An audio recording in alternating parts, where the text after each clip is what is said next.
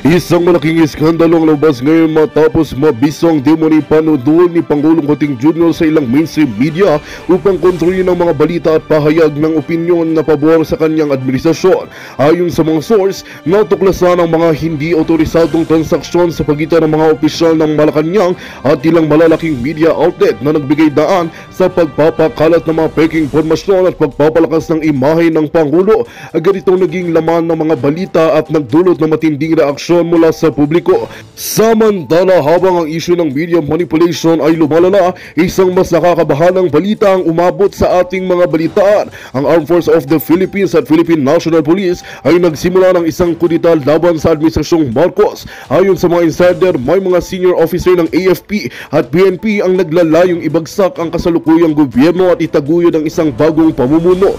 Isang hakbang na nagdulot ng takot at tensyon sa buong bansa. Ang mga ito ay nag-organisa ng mga lihim na operasyon ay nakatakdang magsagawa ng mga protesta at demonstrasyon upang ipakita ang kanilang pagsuway sa administrasyon. Habang ang pangyayaring ito ay nagdulot ng matinding pangamba sa buong bayan at nagpatuloy ang mga reaksyon mula sa iba't ibang sektor ng lipunan, ang mga mamamayan ay naguguluhan at nag-aalala sa mga posibleng epekto ng mga kaganapang ito sa kaligtasan at stability ng bansa. Habang ang Malacanang ay patuloy na nagbabahayag ng pagtanggi at pinapalakas ang kanilang mga pahayag ng kalinawan, ang mga otoridad ay nagsasagawa ng investigasyon at naghahanda para sa mga hakbang upang mapigilan ang posibleng pagdala ng sitwasyon. At yan nga ang balitang ating pakakatutukan. Ngunit bago ang lahat, siguraduhin mag-subscribe at i-hit ang notification bell para sa patuloy na pagtutok sa mga silip ng bagong balita sa tunay na boses ng masa.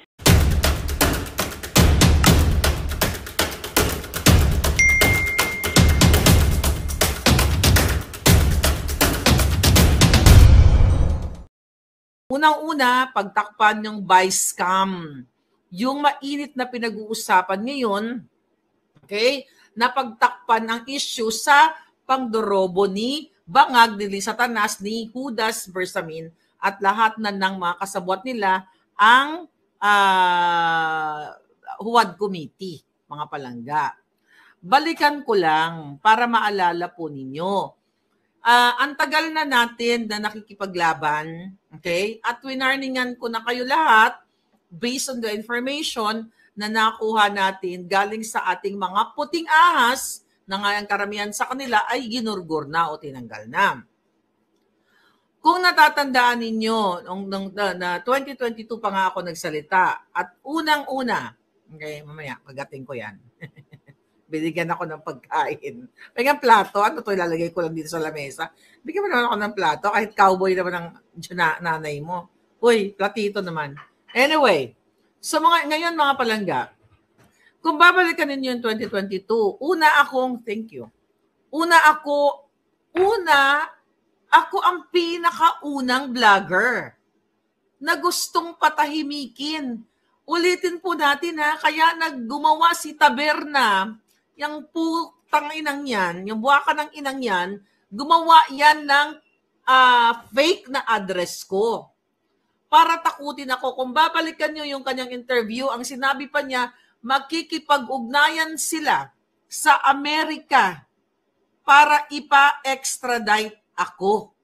O ipapa-ano dyan sa Pilipinas, 'di ba? Papanagutin daw ng kasalanan ko na gawag na dahil lang sa salita ko laban sa gobyernong Bangag at dahil nga sa pagko-question ko kay Taberna sa kanyang sa kanyang pagkakasabwat kay Satanas. Kitang-kita nyo naman, ako po ang una-unang sinabihan ng ampon ni Satanas, okay? Ang kanyang bagman, ang sindikato, ang ampon niyang may na malapit na rin yakapin ni Tita Aida, 'di ba, na sinasabi, ako ay tutumba o may isang vlogger na tutumba. Then come November of 2023, nung sinabi ko sa inyo, ayon sa ating ng puting ahas na Oplan itutumba. Tingnan ko lang yung eksaktong dito, mga palangga. Okay. Ay, may mga pala. Okay, ano to? Ano sabi ni Bangag? Okay. Mamaya na natin babasahin yan. May mga puting ahas tayong nagsisend ako ano-ano. Okay, mga kababayan. Okay, balikan ko lang ito. Okay. Itutumba nila. Alright. Okay. Alright. Ngayon, itutumba nila, mga palangga, ang mga vloggers. Ano yung spelling nito? Okay. So kung naalala ninyo, ito nga yung sinasabi ko sa inyo, mga kababayan, ang tungkol sa mga vloggers ito. Ayan. O-Plan, Eliminate the Enemies. November 18. Okay, basahin ko uli para nagkakaintindihan tayo kung ano nangyayari. 'Di ba? Miss Marlica, O-Plan, Eliminate the Enemies. Ipapatupad na ng Malacanang ang O-Plan, Eliminate the Enemies, kung saan ang mga pangunahing layunin ay makontrol ang lahat ng sangay ng gobyerno at manatili sa pwesto ang pamilyang Bangag. Taba? 22-2028, Tambaluslos, Romualdez 2028 to 2024, at Charis 2034 to 2040.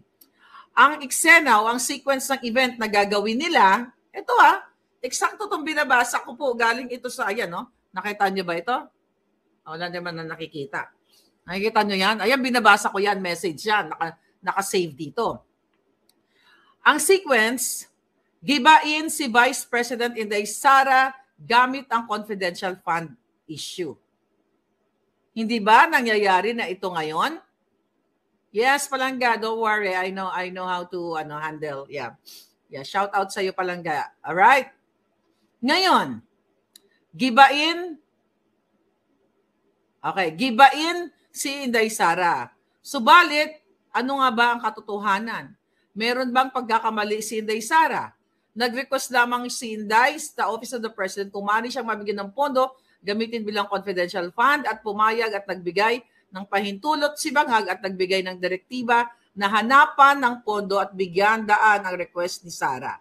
Malinaw ang source of funding ay ang Office of the President na siya rin ang nag-approve o request na maaari namang i-deny o disapprove kung mayroong batas na malalabag o kung ito ay unconstitutional. Si Sara lang ang ipinalalabas na meron naman ng paglabag sa batas, subalit ang katotohanan ay nagmula ang pahintulot at nagbigay ng pondo mula kay Bangag bilang Pangulo ay siya ring number 1 enforcer of all laws of the land. Ngayon, kung ito ay unconstitutional, si Bangag ang dapat managot at ma-impeach dahil siya ang nag-aproba at nagbigay ng pondo kay Sara. Sabi nga, ignorance of the law excuses no one from compliance therewith, not even when you are the president. Maliban na lamang kung na-set up si Inday Sara ni Bangag at pinainan ng kaso tulad ng inaakusa nga kay Inday Sara. At yan ay naganap lahat. Next, I'm reading the November 18 message from our puting ahas. Patahimikin si Tatay Digong. Gagamitin ni Bangag at Tambaluslos si Boying Rimulya. Bakit di pa sumunod yan doon sa Taga-Albay na mapunta sa impyerno? Nauna pa yung Taga-Albay, napunta sa impyerno. Diba? May he rest in hill. Sabi ko nga, Bisaya ako. Kaya punta dyan, magkanto ka na lang sa hill. Kasi yung mga nag-wish kay Pangulong Duterte mategi, mga naunang nategi. Tignan mo yan. Alright? Kasi pag wini-wish mo ang taong matsugi pero gumawa ng tama para sa kanyang bayan, matagal yan. Pero kung mag-wish ka na mategi ang mga demonyo, mabilis yan. Ako, nag-wish ako na mategi, pumantay na ang paa ng mga inayupa. Sunod-sunod na yan. O, tugnan mo dyan. Anyway, balikan natin. Gagamitin ni Bangag at Tambaluslos si Bonjing Rimulya para gumulong ang request ng ICC na makapag-imbestiga sa umano ay genocide na naganap noong panahon ni PRRD.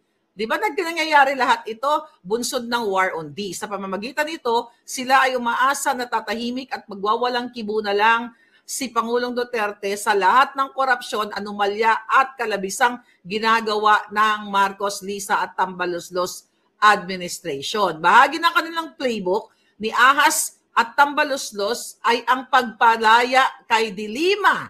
O lumaya si Dilima. O, wala pa ito nun, di pa nakalaya upang gamitin bilang tagausig ni Digong katuwang si Trillanes na ngayon ay diretsong nakikipag-ugnayan kay Bangag sa Malacanang at gagawing advisor to the President or Special Envoy. So andyan lang palikod-likod si Trillanes, di ba? Hindi maaari, andyan siya sa likod, sa kipay ni Lisa, nakalibing ng bonggang-bongga, pero wala siyang formal appointment, katulad ng ginawa kay Michael Ma na nag-aak as Special Envoy to China pero walang document na inilabas ang bangag na administrasyon na inappoint siya bilang Special Envoy to China at siya ay nagpa-function paikot-ikot nung recently lang nandun sa airport.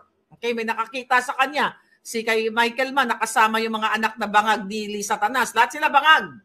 Anyway, saan pumupunta yung smuggler na yan? Dahil yan ay pinangalanan namang smuggler diyan sa House of Representatives na kalaunan ay pinigil nga yung hearing dyan. Bahagi rin si Franz Castro sa kanilang team na wawasak at sisikil kay Duterte sa pamamagitan ng isinampang kaso laban dito. Nagkamali ba si Puting Ahas? Wala pa yung UWAD committee noon. Hindi pa natin nakikita si Franz Castro noon na kumakampi sa bangag. Mga anti-Marcos yan eh. So tama talaga itong ating Puting Ahas. Okay. Ngayon, ito pa. Extradition ni Kibuloy. Ipapadismiss ni Bonjing Remulla ang kaso ni Kibuloy. Huwag natin ito. Anyway, andyan na. Kaso ang ginawa ay kinulong si Pastor at nakita nyo naman ang ginawa doon sa KOJC. Next, closure of SMNI. Di ba? Nangyari ito. Then, saksi ngayon at Remati Tabloids. Nakahilera din ang kanilang pagpaplano kung paano ipasara ang dalawang maliliit na pahayagang ito dahil sila na lang ang matapang na nagbabalita ng lahat ng kabalbala ni Ahas at Tambaluslos. I don't know, buhay pa ba yung saksi at Remate? Sinusubukan nilang sungkitin isa-isa ang mga manunulat nito sa pamamagitan ng pag-alok sa pagsulat at sumama sa ibang kontroladong pahayagan kapalit ang mas mataas na sahod. Papalabasin nilang na pirata ang mga kawani ng saksi at Remate para naman dignified ang dating at hindi nabili o mukhang pera ang sasama. Hahanapan din ang kung ano-anong violation ng dalawang tabloid na ito sa BIR at iba pang magagamit na ahensya ng pamahalaan kung hindi tatahimik at magpapabayad. Okay. Ngayon, eto mga palangga, Maharlika at vloggers, malaking halaga ang nakalaan sa mga critical na vloggers para alukin at suhulan, tumahimik lang at tigilan ang paglalahad ng mga totoong kaganapan sa pamahalaan.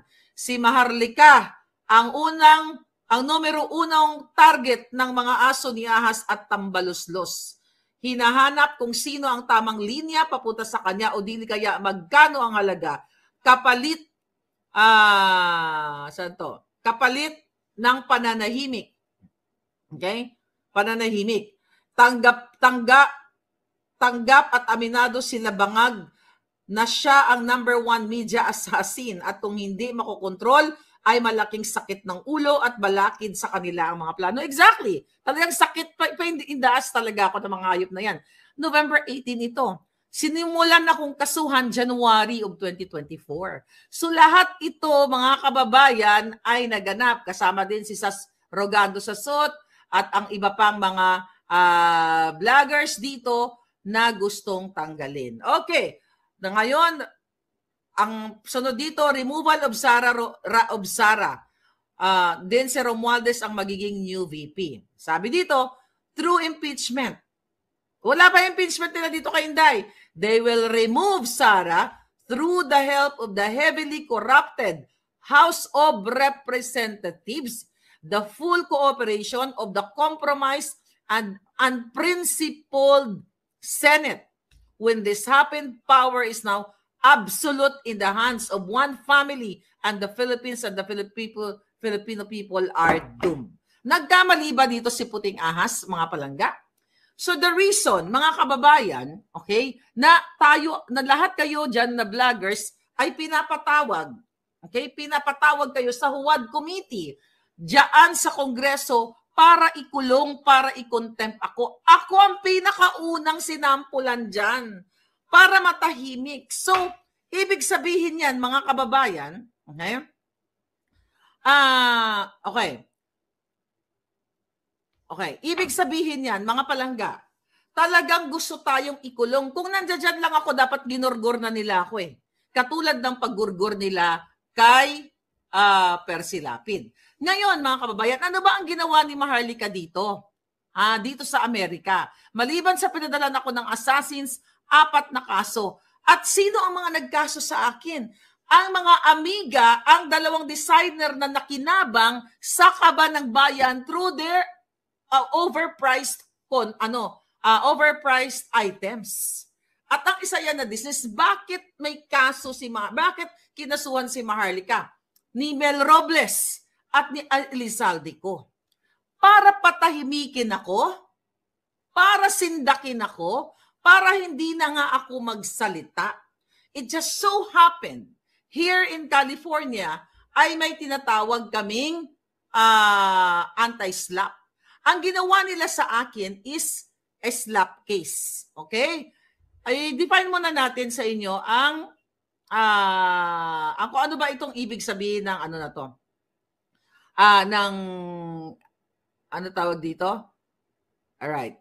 Ito, tignan natin. Ang ginawa ng ito. Basahin ko lang to sa inyo.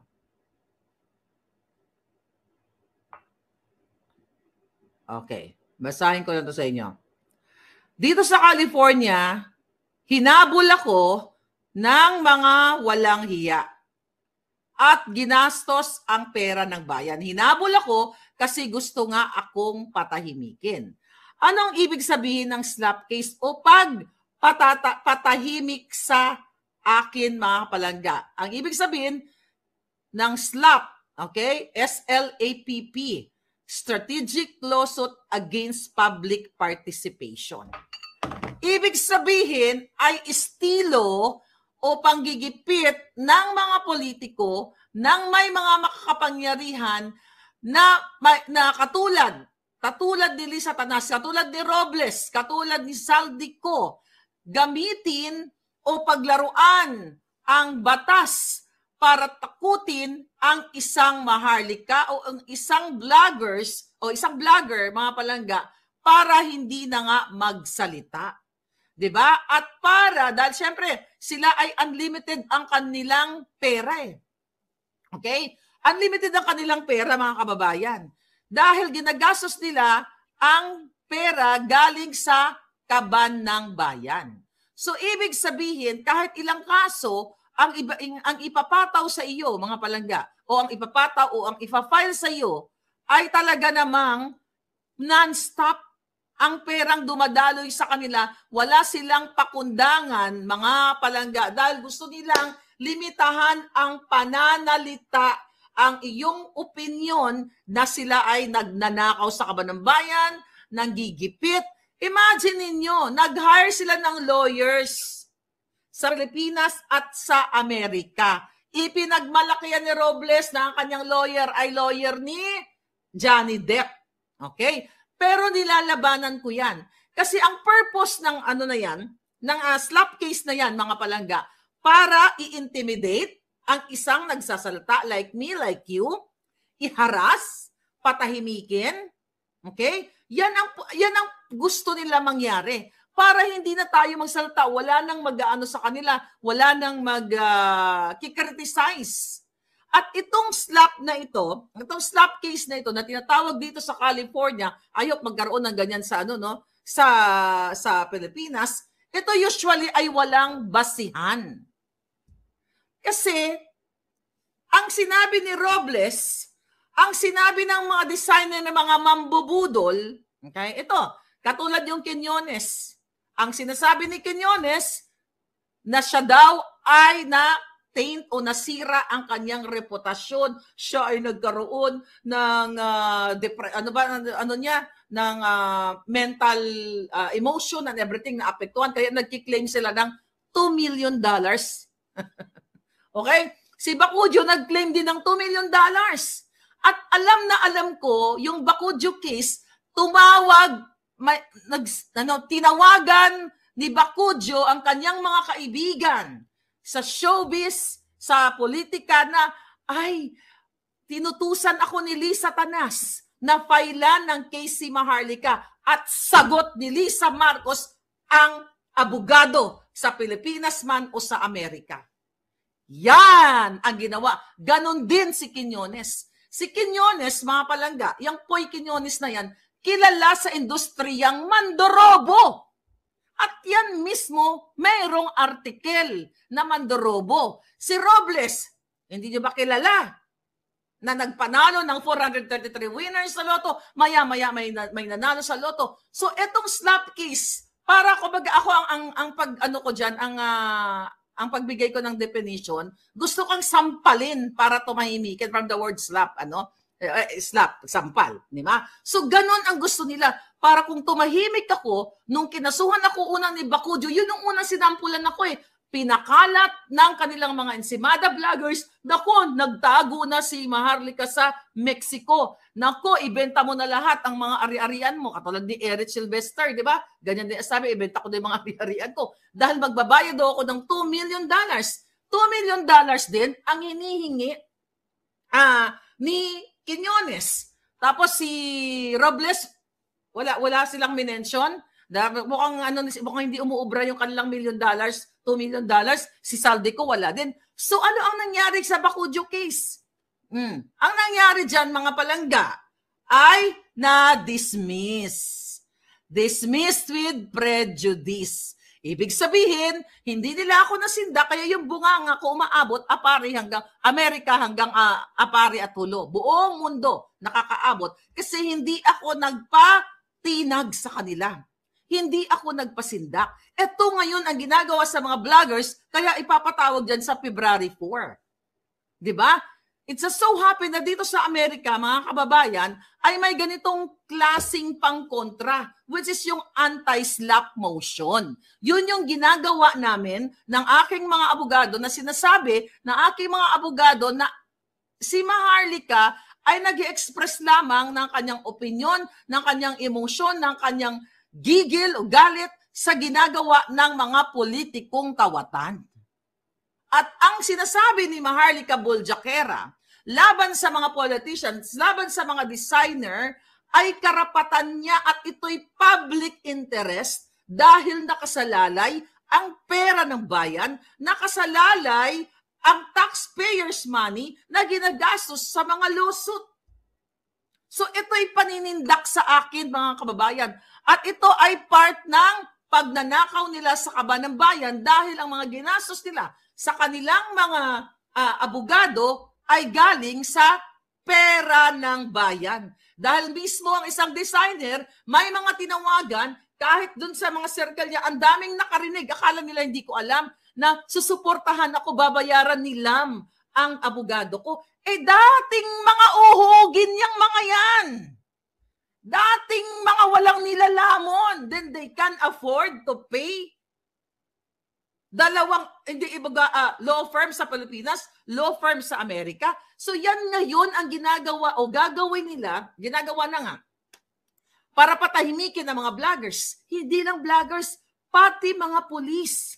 Katulad ni Colonel Grijaldo na hanggang ngayon ikinulong nila, tinransfer nila sa Station 6 sa Quezon City para matakot ang iba pang mga pulis na magsalita kapag sila ay pinatawag dyan sa huwad committee na yan. Kunyari sila ay may na-witness talagang katotohanan na ginawa ng mga tiwaling kaalyado, di ba? Gusto nila mag-send ng chilling effect para manginginig kayo sa takot na wag nang magsasalita. Kahit ikaw ay pulis na matapang, matatakot ka kasi iko-contempt. But kudos, thank you. I'm very proud of you, Colonel Grijaldo. And I hope po sa mga kamag-anak ni Colonel Grijaldo, naririnig din niyo ako. I need your bank account. Yung kaibigan ko nag-message sa akin na she's willing to help. But anyway, we will help you. Ngayon mga palangga, so yun yung purpose nila. Para patahimikin tayong lahat at hindi na makialam sa mga diskurso, sa pang-usaping gobyerno, sa usaping pangawat nila. Diba? Galit na galit ang mga buwaka ng inatong si Hubadero Dan Fernandez kasi daw kahit sino na lang daw minumura. Ulitin ko, hindi po libelous ang pagmumura. Yan ay pagbibigay ng iyong frustration, yung galit mo dahil ninanakaw nila ang pera ng bayan. Binibili ng Rolex, pinangtatravel nila, binibili ng bahay, lahat na paulit-ulit na lang nating sinasabi yan kasi gusto nila tayong patahimikin, isuppress nila ang ating kalayaang magpahayag bilang isang tao dahil sa nakikita natin ang kanilang ginagawang kawalanghiyaan. Ngayon, kaya yung case namin, ang case ko dito. Magandang balita ang hatid namin sa inyo ngayong araw. Sa pagtatapos ng aming balitaan, nagbigay kami ng mga mahalagang impormasyon. Maraming salamat sa pagtutok at pagsuporta sa aming programa. Huwag kalimutang manatili sa mga susunod na araw para sa mga bagong balita at mga kwento na dapat nating abangan. Mula sa Boses ng Masa, magandang araw Pilipinas!